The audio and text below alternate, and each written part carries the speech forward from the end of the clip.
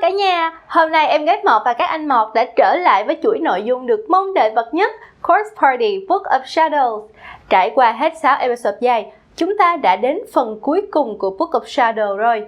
Thiên chủ đường quả thật rất hỗn loạn với đầy rẫy những linh hồn và nạn nhân lạc lối phải không nào? Episode 7 khép lại nội dung của Book of Shadows sẽ nói về cô bé Toko Kirisaki, nữ sinh trường trung học Byakudan trên hành trình tìm lối thoát cho bạn bè mình khỏi thiên chủ đường. Ngoài ra, chúng ta cũng xem qua nốt phần prologue sẽ trở thành tiền đề tiếp theo cho phần game Blood Dry nhé. Hãy cùng em gái Mọt vào game nghe thôi nào. DigiPals, game NFT uy tín sắp ra mắt. Đăng ký ngay để có cơ hội nhận 500 NFT và tham gia sự kiện đấu giá Genesis với ưu đãi vượt trội. Tìm hiểu thêm tại digipals.io nha.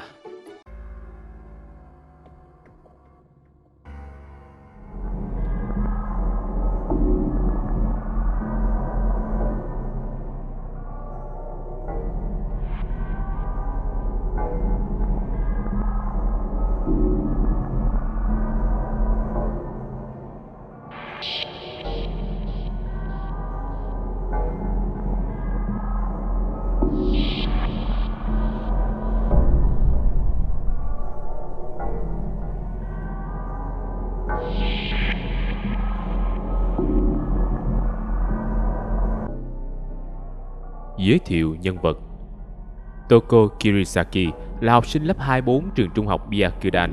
Cô có một niềm đam mê vô tận với bói toán. Hai người bạn khác cùng hội cùng thuyền với Toko là Emi Urabe và Mitsuki Yamamoto cũng yêu thích những câu chuyện kỳ bí không kém. Toko vốn dĩ rất hoạt bát và sôi nổi, và cô thậm chí còn có chút cảm nắng với chàng trai lạnh lùng Yuya Kizami, kẻ mà chúng ta đã biết ở những phần trước là sẽ sớm trở thành tay sát nhân biến thái. Episode 7 Tooth. Chuyện được mở màn trước những sự kiện mà chúng ta đã bắt gặp ở 2 episode trước, khi mà các học sinh của trường Byakudan vẫn chưa bị hút đến thiên chủ đường. Mitsuki, thư ký của hội học sinh, đang nhắc nhở Fukuroi về buổi dọn vệ sinh chiều mai. Trong lúc Mitsuki đang cằn nhằn Fukuroi thì hai tên bạn Tomohiro Okawa và Rosuke Katayama xuất hiện để trêu ghẹo cô bé. Toko Kirisaki cũng có mặt, nhưng cô bé hoàn toàn không để tâm đến những câu chuyện ồn ào bên ngoài. Tâm tưởng của cô còn mãi nghĩ về Yuya, tự hỏi rằng không biết cậu ta có đang thầm thương trộm nhớ ai chưa. Cuối cùng, vì không dám mở lời, cô bé quyết định đi hỏi Kurosaki, bạn thân của Yuya, để biết rõ sự thật. Hóa ra, Yuya chưa từng để mắt đến bất kỳ cô gái nào, dù không có ít cô nàng trong trường luôn sẵn sàng cưa cẩm. Kurosaki sau khi biết Toko có tình ý với Yuya thì hoàn toàn ủng hộ, còn bảo sẽ giúp đỡ cô bé. Nhưng đồng thời, Kurosaki cũng nói trước, Yuya không phải kiểu người thân thiện dễ gần, và việc ở bên cạnh Yuya có thể không vui vẻ như Toko nghĩ. Quá vui mừng với việc mình vẫn còn cơ hội, Toko đơn thuần cho rằng Yuya chỉ vì quá đứng đắn nên mới không dễ dãi với con gái. Sau cuộc trò chuyện, Kurosaki bị Mitsuki lôi đi làm công tác vệ sinh. Toko vô tình đâm phải Yuya trên hành lang, cô ngã xuống và được Yuya đỡ dậy. Mọi chuyện tưởng chừng quá sức hoàn hảo. Toko đã tưởng rằng tối hôm đó cô sẽ an vị trên giường để mơ đến cảnh Yuya chuẩn bị hôn mình. Nhưng ngờ đâu, mọi thứ đã bẻ ngoặt đến không ngờ. Toko sặc sụa mở mắt tỉnh dậy sau loạt ký ức gần nhất, nhận ra mình đã ở một buồng vệ sinh cũ nát ở thiên chủ đường, bên cạnh Emi Urabe, người bạn thân của mình. Toko lấy lại thần trí. Cô cùng Emi đi khỏi phòng vệ sinh nữ để tìm đến những học sinh khác. Vừa bước ra hành lang, đập vào mắt cô là khung cảnh đổ nát xa lạ. Cả hành lang dài nhuốm máu, và 4 cậu trai gồm Yuya, Okawa, Katayama và Shimada đang đứng ở đó. Katayama xem ra đã bị thương nặng, cậu không thể đi lại và chân cậu rướm máu. Cả 3 người còn lại đang vây quanh Katayama. Katayama dường như đã vô tình đạp trúng chiếc bẫy nào đó trên hành lang, khiến chân bị cắt đứt lìa. Ngoài Yuya, 2 người còn lại không ngừng cãi nhau và nguyền rủa cái nơi quái quỷ này. Toko mới lờ mờ nhớ lại, cả bọn đang dọn dẹp vệ sinh và đùa giỡn trong phòng hội học sinh. Đột nhiên, Emi đề nghị cả bọn thử một loại bùa mới mà cô vừa tìm thấy trên mạng. Khỏi cần nói cũng đoán được, đó chính là lá bùa Sachiko Ever After. Sau khi con búp bê bị xé rách, cả bọn liền bị lôi vào thiên chủ đường. Các bọn phải tìm cách đối phó với tình cảnh hiện tại. Ban đầu, Emi muốn mọi người đi chung tìm lối ra lẫn cách sơ cứu cho Katayama. Yuya sẽ vác Katayama theo, nhưng Toko lại kiến nghị mọi người nên tách nhau ra để có thể dễ dò đường. Katayama đã bị thương quá nặng nên không thể cử động được nữa. Lúc này ai cũng do dự, không muốn là người đi. Toko xung phong đi vì cô đưa ra ý kiến đó. Tiếp sau là Yuya, cậu đề nghị sẽ đi cùng Toko. Điều này khiến cô bé vui sướng khôn tả. Cậu bạn Shimada rốt cuộc cũng chấp nhận đi dò thám và để Emi cùng Okawa lại canh chừng cho Katayama đang bị thương. Shimada, Yuya và Toko lên tầng 2. Cả bọn tìm thấy phòng y tế ở đây, nhưng có vẻ nó đã bị bỏ hoang. Toko phát hiện một chiếc chìa khóa chìa ra khỏi ổ.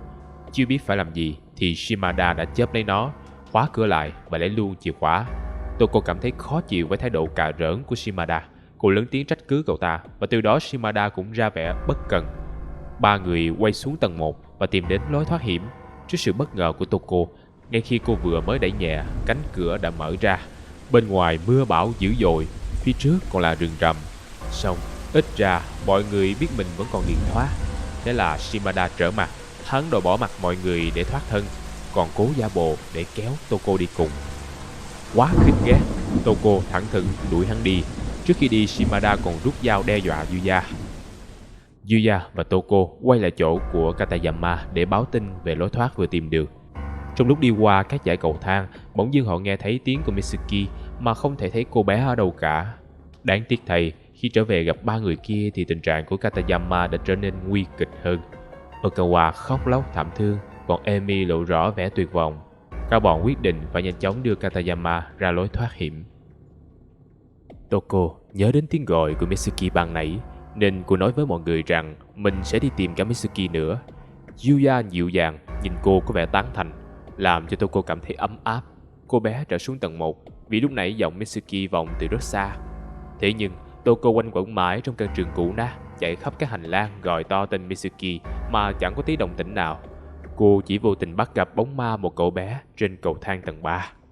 Chạy vòng quanh, Toko lần nữa bất ngờ đụng độ một vong hồn ở lối thoát hiểm. Có vẻ linh hồn này khá tử tế. Nó chỉ cảnh báo trước cho Toko biết rằng số phận những kẻ đã lỡ sa chân đến thiên chủ đường sẽ không bao giờ thoát khỏi.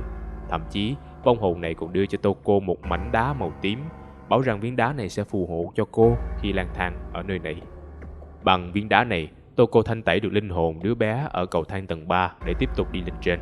Điều mà Toko không ngờ là khi trở lại chỗ cũ, cô bắt gặp hội bạn của mình vẫn đang ở đó. Thì ra, Katayama đã không qua khỏi. Ngay khi Toko vừa đi thì cậu ta cũng đã trút hơi thở cuối cùng.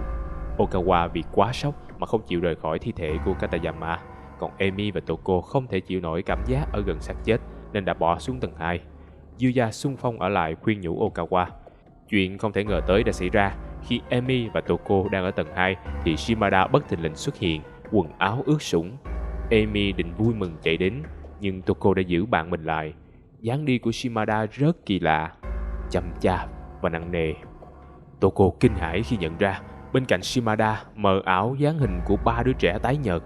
Ngay lúc đó, Shimada ngã khuỵu xuống. Cả hai cô gái nhận ra tên kia đã chết. Bụng của hắn bị rạch ngang bằng chính con dao hắn đã đem ra dọa nạt Yuya lúc nãy. Máu chảy ròng ròng. Cả hai cô gái hét lên kinh hãi khiến Yuya ở tầng trên chạy xuống xem đã có chuyện gì. Cậu ta lặng đi một lúc trước cảnh tượng máu me. Đoạn Yuya đến gần xem xét Shimada. Cậu ta đúng thật là đã chết. Toko hoảng loạn, cô nhận ra đúng là có thứ gì đó tà ác đang muốn giết chóc họ tại đây. Để ngay sau đó, một đứa trẻ xuất hiện. Chính là hồn ma của Sachiko. Nó hiện ra giữa họ với cầu thang trên tầng 3, đứng đó quan sát cả ba người. Nó đứng đó một chốc, rồi lặng lẽ đi xuyên qua trần lên tầng 3, biến mất. Quá hãi hùng, Emi vội chạy lên tầng 3 để lôi Okawa đi. Cô muốn mọi người phải mau trốn khỏi đây. Toko cũng toan đi theo Emi, nhưng Yuya đã ngăn cô lại, bảo cô ấy hãy ở yên đây vì trên kia có thể nguy hiểm hơn. Cậu ta sẽ đi theo Emi. Nghĩ rằng Yuya lo lắng cho mình, Toko vô cùng cảm kích và liền nghe theo. Nhưng Yuya vừa đi khỏi không bao lâu, tiếng la hét của Emi đã vang vọng. Toko nghe Emi và Okawa tranh cãi nhau về chuyện để cái xác Katayama lại. Cô sợ sẽ có xô xát nên liền chạy lên lầu 3. Vậy mà chỉ đến ngay cầu thang, một cảnh tượng khó hiểu đập vào mắt Toko. Okawa cùng xác của Katayama nằm ở cuối bậc thang. Okawa dường như đã bị gãy tay. Emi từ phía sau Yuya chạy vội xuống đứng bên Toko, còn Yuya vẻ mặt tối sầm. Okawa liên tục thét lên đồ sát nhân và bò về hướng Toko. Emi bảo Toko phải chạy ngay đi vì Yuya sẽ giết hết bọn họ. Cậu ta vừa đá Okawa ngã khỏi cầu thang. Okawa gần như mất trí, cậu ta đứng dậy tông cả vào người Toko mà bỏ chạy. Toko vẫn còn sốc, nhưng Yuya chậm rãi bước xuống. Hắn đến gần thi thể của Katayama để săm soi, rồi bật cười khoái trá. Đến lúc này, Toko mới hiểu được Yuya thực sự thích thú với xác chết của Katayama. Emi lôi Toko chạy đi trong tuyệt vọng. Cả hai chạy đến phòng y tế, nhưng chìa khóa phòng đã bị Shimada lấy mất. Toko vẫn không chịu tin Yuya thực sự xô ngã Okawa. Điều này khiến cho Emi nổi giận bỏ đi. Ngay sau đó Yuya xuất hiện sau lưng Toko với con dao rút ra từ xác Shimada. Hắn nhìn Toko và bỏ đi với con dao trong tay. Không muốn đánh mất người mình thương, Toko cố níu kéo và ngăn cản Yuya sa ngã. Nhưng ngờ đâu, Yuya vốn dĩ đã mất hết nhân tính. Hắn đánh vào đầu Toko và dùng con dao kia để đâm cô. Quá kinh khiếp, Toko vùng chạy bằng hết sức bình sinh. Cú đấm của Yuya khiến Toko gãy cả răng. Cô tìm cách mò mẫm trên cầu thang và lượm được chìa khóa phòng y tế của Shimada làm rơi, nên vội núp vào đó. Cô nhìn thấy Yuya đi theo mình, hắn lượm cái răng của cô rồi cho vào miệng, nhai như một miếng snack. Toko quá sợ hãi nên cố thủ trong phòng vệ sinh. Sự việc tiếp theo diễn ra đúng như cốt truyện trong phần đầu tiên với nhiều phiên bản khác nhau. Nếu Satoshi, chàng trai vàng của Ghost Party, không cứu được Naomi, cậu sẽ vô tình tới phòng y tế này và bị Toko đuổi đi. Cô vừa bị tấn công bởi chính người mà mình yêu thương nhất nên không còn tin bất kỳ ai. Toko tấn công Satoshi bằng một cây kéo. Sẽ có hai trường hợp xảy ra. Nếu Satoshi bị đâm trúng, Toko sẽ hối hận và đồng ý giúp Satoshi bảo vệ cho Yuka. Nếu Satoshi có nhặt được điện thoại của Seiko và Naomi trong vòng chơi, chiếc điện thoại sẽ bảo vệ cậu thoát chết. Lúc đó, Toko sẽ hối hận đến mức bỏ đi. Nhưng dù thế nào đi chăng nữa, kết cục cuối cùng của Toko vẫn là bị cắt lưỡi rồi xiết cổ đến chết. Xác của cô sẽ được tìm thấy ngay bên ngoài phòng y tế. Về phần Yuya, qua đoạn ký ức ngắn ở cuối episode 7, ta biết được rằng sự thật Yuya không hề đẩy Okawa xuống cầu thang. Hắn ta chỉ ném xác Katayama đi để buộc Okawa mau bỏ chạy. Okawa vì quá mù quáng không chấp nhận sự thật rằng người kia đã chết nên mới mắng chửi Yuya là đồ sát nhân. Trong lúc vội chạy xuống chỗ xác của Katayama, Okawa trượt ngã và gãy tay. Emi chỉ chạy đến và thấy cảnh tượng đó, liền kết luận rằng Yuya chính là người đã xô ngã Okawa. Và chính lúc ấy Yuya mới nhận ra rằng dù mình hay những hồn ma nơi này giết người thì cũng chẳng có sự khác nhau. Và từ đó, bản ngã đen tối giết chóc của hắn được phóng thích. Từ đây dẫn tới một Yuya tàn bạo máu lạnh như trong episode 5 và episode 6. Và episode 7 cũng kết thúc tại đây, chính thức khép lại phần Book of Shadow của series Ghost Party. Tuy nhiên, Book of Shadow cũng mở ra phần game tiếp theo của Ghost Party, đó chính là Ghost Party Blood Drive bằng một prologue. Hãy cùng Mọt tiếp tục đến với prologue này ngay bây giờ nha. Prologue Blood Drive. Đoạn hậu truyện sau phần ending chính thức của Ghost Party với nội dung xoay quanh hai nhân vật còn sống sót, đó chính là Naomi Nakashima và Ayumi Shinozaki. Mọi người xung quanh đang bàn tán về những chuyện đã xảy ra, nhưng như ở episode 1, không một ai nhớ đến sự tồn tại của Seiko, người bạn thân thiết của Naomi đã bỏ mạng trong thiên chủ đường. Naomi thường xuyên ghé qua nhà của Seiko như chờ đợi một phép màu. Cô cũng không đủ can đảm để nhấn chuông gọi mẹ Seiko. Cuối cùng, cô cũng định gọi cửa. Ayumi xuất hiện và nắm lấy vai cô. Đều là những kẻ sống sót, chỉ duy nhất họ nhớ đến sự tồn tại của những người đã mất mạng. Ayumi cho hay suốt nhiều tuần nay, cô đã nghiên cứu về khu đất của Shinozaki, phát hiện ra nó vốn dĩ là nơi ở của Yoshie và Sachiko Shinozaki, giáo viên y tế từng làm việc ở trường tiểu học Thiên Chủ Đường cùng con gái của cô ta. Như Naho đã viết trong ghi chú của mình, nơi đó điều khiển sự vận hành cho Thiên Chủ Đường. Ayumi đề nghị Naomi cùng mình đến đó để xem xét. Naomi đồng ý. Cô nghĩ Ayumi nói đúng, có thể hai người sẽ tìm ra chân tướng mọi thứ tại đó. Hai cô gái lập tức đón tàu để đến nơi khởi nguồn của mọi thứ. Lúc trên tàu, Ayumi trao đổi với Naomi về chuyện tất cả những người lỡ bỏ mạng tại Thiên Chủ Đường đều bị xóa bỏ đi sự tồn tại ở thế giới thực. Tuy nhiên, Ayumi phát hiện ra những bài viết của Naho trên blog của cô về Thiên Chủ Đường vẫn còn nguyên. Ngay cả danh tiếng của ngài Kibiki, thầy của Naho, cũng không bị biến mất, cho dù họ đã chết tại Thiên Chủ Đường. Điều này khiến cho Ayumi tìm được tia hy vọng mong manh về việc cứu rỗi ký ức của thế giới về bạn bè của mình. Naomi bật khóc nức nở. Cô cảm thấy hạnh phúc vì rốt cuộc đã tìm thấy lối ra. Cô không muốn bạn bè của mình, Seiko của cô bị quên lãng một cách tàn nhẫn như thế. Khi vừa đến ga Kishi, Cả hai vội lên đường tìm đến địa chỉ mà Ayumi tìm được. Không ai nói ai, hai cô bé đều muốn trở về trước khi trời tối. Họ phải đi một quãng khá xa. Địa chỉ dẫn họ đến một khu vực gần như ngoại thành, với những cánh đồng heo hút ít người. Vì khung cảnh lạ lẫm mà địa chỉ kia không thể dò được trên bản đồ GPS, Ayumi và Naomi quyết định hỏi đường những người quanh đó để tiết kiệm thời gian. Cả hai đến nhà của một cụ bà để hỏi. Bà ban đầu đã rất hồ hởi đón tiếp, nhưng sau khi biết hai cô bé đi hỏi về gia đình Shinozaki, bà lập tức vội vàng đuổi hai người đi. Rốt cuộc, hai cô bé phải đi nhờ xe của một bác tài xe tải để đến được nơi đó. Trò chuyện cùng bác tài xế, cả hai biết thêm thông tin rằng nhà Shinozaki từng có một phòng khám tư. Song sau những bi kịch xảy ra, không ai còn dám bén mảng đến đó nữa. Chiếc xe đang đi thẳng vào khu đường núi gập ghềnh. Lúc này, hai cô bé dần thấy chiếc xe chạy nhanh hơn và bất cẩn hơn, như muốn chạy trốn khỏi điều gì đó. Bất thình lình, một bóng người xuất hiện trên đường, nhưng bác tài vẫn đâm thẳng vào. Cả hai hét lên kinh hãi. Chiếc xe có vẻ đã đâm phải một thứ gì đó, nhưng bác tài vẫn bình lặng. Ông cho hay đó không phải là người hay gì cả. Thái độ kỳ lạ của ông khiến cô bé không dám hỏi gì thêm. Cuối cùng người tài xế thả hai cô bé xuống tại nơi bìa rừng. Xe không thể nào đi xa hơn nữa. Ông thậm chí còn hỏi lại hai cô có chắc chắn muốn đi đến đó hay không. Khi Ayumi và Naomi vẫn muốn đến tìm hiểu, bác tài cho hay mình sẽ chờ cho đến khi cả hai quay lại, vì ông không thể bỏ mặc hai cô ở chỗ này. Hai cô bé đi đến khu đất của nhà Shinozaki để thấy nơi đó hoàn toàn không còn bất cứ dấu vết nào.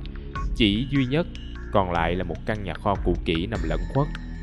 Lấy hết can đảm, Ayumi và Naomi bước vào căn nhà kho để tìm manh mối. Đáng tiếc thay, họ không tìm được bất cứ thứ gì trong căn nhà kho. Cả hai thất thiểu trở về, nhưng đáng sợ thay, bên ngoài trời đã mau chóng tối đen như mực. Cánh rừng âm u khiến cả hai không biết mình liệu có đang đi đúng hướng hay không. Họ lần mò lại chỗ mà bác tài xế đã thả họ xuống. Chiếc xe vẫn ở nguyên đó, đèn vẫn sáng, động cơ vẫn chạy, nhưng bác tài xế lại biến đâu mất. Cả hai thầm nghĩ có thể ông có việc phải đi, nên cố ngồi chờ. Hơn nửa tiếng trôi qua, bác tài vẫn không xuất hiện. Không thể cứ đợi mãi trong rừng sâu. Hai cô bé đành quay lại căn nhà kho kia để ngủ tạm qua đêm, vì dù sao đó cũng là nơi có đèn thắp sáng. Và kỳ lạ thay, con đường ban nãy cả hai cùng đi giờ trở nên dài đằng đẵng. Họ cứ đi mãi mà không thể tìm được khu đất của nhà Shinozaki. Những âm thanh kỳ lạ trong rừng đêm càng quái gở. Hai cô bé không khỏi hoang mang sợ hãi. Dò dẫm hồi lâu, hai người cuối cùng cũng tìm được đến căn nhà kho. Đèn trong nhà kho đã mở sáng, dù hai người nhớ đã tắt đèn trước khi rời đi. Nhưng điều đáng sợ hơn, Ayumi và Naomi cùng thấy kế bên nhà kho khu đất trống lúc trước giờ hiện lên căn nhà Shinozaki sừng sững. Nó dường như lơ lửng là trên mặt đất đầy ma quái. Dù sợ hãi, Ayumi và Naomi vẫn không quên lý do đầu tiên mình tìm đến được đây. Đó chính là để tìm kiếm manh mối trong căn nhà này. Thu hết can đảm, cả hai cùng bước vào trong. Năng lượng hắc ám trong căn nhà mà theo như lời của Ayumi nói còn đậm đặc hơn cả tại thiên chủ đường. Hai cô bé lần mò vào một thư phòng ở trên lầu căn nhà và tìm thấy một chiếc chìa khóa dính máu trên bàn làm việc trong đó. Ngay khi cầm được chiếc chìa khóa, lập tức có tiếng bước chân xuất hiện và nhanh chóng hướng về phía căn phòng nơi hai cô bé đang đứng. Vội nấp dưới tủ, cả hai im lặng chờ tiếng chân xa dần mới lẻn ra ngoài. Đi vào căn phòng ngủ kế bên, chiếc chìa khóa vừa tìm được giúp hai cô mở cửa. Bên trong căn phòng cũ nát treo đầy ảnh của Sachiko. Xem ra mẹ của Sachiko vô cùng yêu thương con gái của mình. Trong căn phòng có tủ khóa vặn số. Khi áp vào số tuổi của Sachiko thì cuối cùng Ayumi và Naomi cũng mở được cánh cửa dẫn ra sau bức tường, hướng tới một căn phòng bí mật. Bên dưới căn tầng hầm bí mật, hai cô bé tìm được rất nhiều sổ sách giấy tờ trong ngăn tủ cũ và moi ra một tấm gia phả xa xưa. Trên gia phả có ghi chú về những người thiên bẩm. Ayumi lập tức nhận ra những cái tên quen thuộc. Đó là những nhà ngoại cảm, thầy đồng nổi tiếng mà cô đã từng nghe qua khi nghiên cứu về các hiện tượng siêu nhiên. Nhà Shinozaki là gia tộc sở hữu sức mạnh đó, truyền từ mẹ sang con gái. Những người con rể trong gia tộc đều theo họ nhà gái và qua đời sau khi đứa con gái của họ ra đời. Và sự thật đáng sợ hơn, Ayumi phát hiện ra tên của bà ngoại mình trong gia phả. Tên họ đầy đủ của Ayumi là Ayumi Shinozaki. Trước đó, cô vốn chỉ nghĩ đấy là sự trùng hợp. Đột ngột, Ayumi cảm thấy đau đầu như búa bổ. Cô hét lên đau đớn. Thế rồi trước sự sợ hãi của Naomi, Ayumi đờ ra, nhìn trăn trối vào một góc phòng, chậm chạp đi về hướng đó. Ayumi như mất trí. Cô dùng tay cạy những tấm ván cũ trên tường ra để lộ bên trong. một bàn thờ tối tăm. Ayumi thất kinh la lên, đó là quyển sách bóng tối. Cả hai cùng nhìn thấy một quyển sách cũ cực kỳ đáng sợ, được bọc bằng một thứ gì đó không phải là giấy. Ayumi cho hay lớp vỏ sách được làm bằng da người và động vật. Một quyển sách tà ác được truyền từ đời này sang đời khác, có từ thời kỳ đêm trường Trung Cổ ở châu Âu, tắm trong máu của những cuộc chiến săn phù thủy.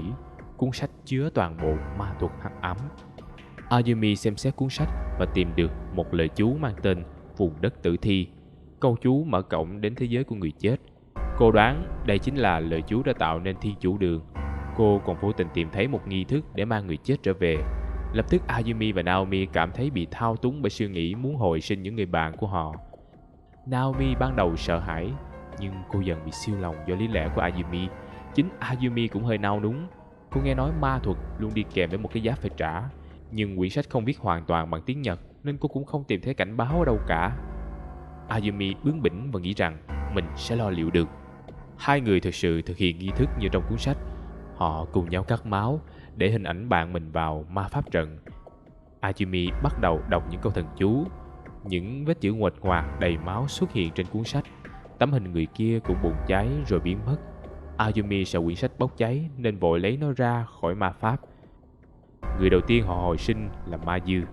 Ngay sau khi tấm ảnh biến mất, cả hai liền nghe thấy tiếng chân đi xuống cầu thang căn hầm. Cả tiếng Ma Dư gọi tìm Shigure. Naomi sợ co rúm, nhưng Ayumi thì đứng dậy để đi lên tìm xem liệu họ có thực sự thành công hay không. Ngay lúc đó, Ma Dư xuất hiện. Nhưng Ma Dư xuất hiện với gương mặt đen ngòm.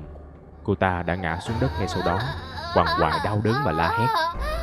Cả hai người sợ cứng người. Những ký tự rune cổ xuất hiện trên người Ma Dư. Bất thình lình, con búp bê tượng trưng cho Ma Dư trong ma pháp trận bốc cháy. Ngay sau đó, Ma Dư kia cũng nổ tung. Ma Dư đã chết hệt như cách cô bé chết lúc ở Thiên Chủ Đường. Chưa hết bàng hoàng, Ayumi cảm thấy cơn đau xé trên cơ thể. Những ký tự rune xuất hiện trên người Ayumi xé nát da thịt cô.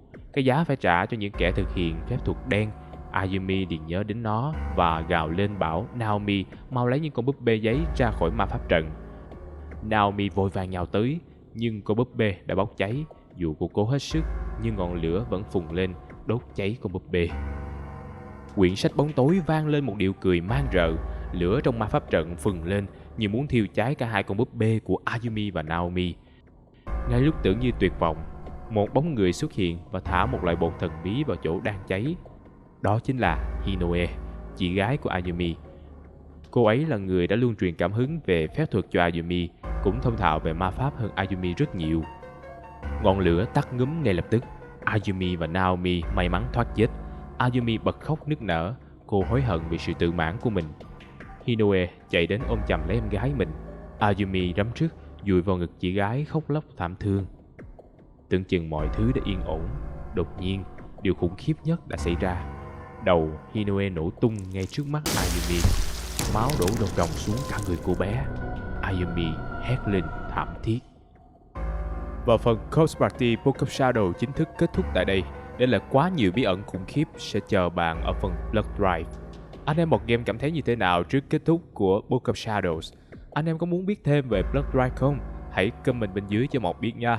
Còn bây giờ thì Mọc xin chính thức khép lại series Ghost Party Book of Shadows với 10 video đầy rùng rợn. Anh em có thể xem lại toàn bộ phần game này trên danh sách phát của Mọc Game nha. Cảm ơn anh em đã đồng hành cùng Mọc trong series game cực khó nhằn này. Hẹn gặp lại anh em vào 18 giờ thứ 3, 5, 7 Chủ nhật hàng tuần với những video cốt truyện thú vị khác nha. DigiPals, game NFT uy tín sắp ra mắt. Đăng ký ngay để có cơ hội nhận 500 NFT và tham gia sự kiện đấu giá Genesis với ưu đãi vượt trội. Tìm hiểu thêm tại digipals.io nha.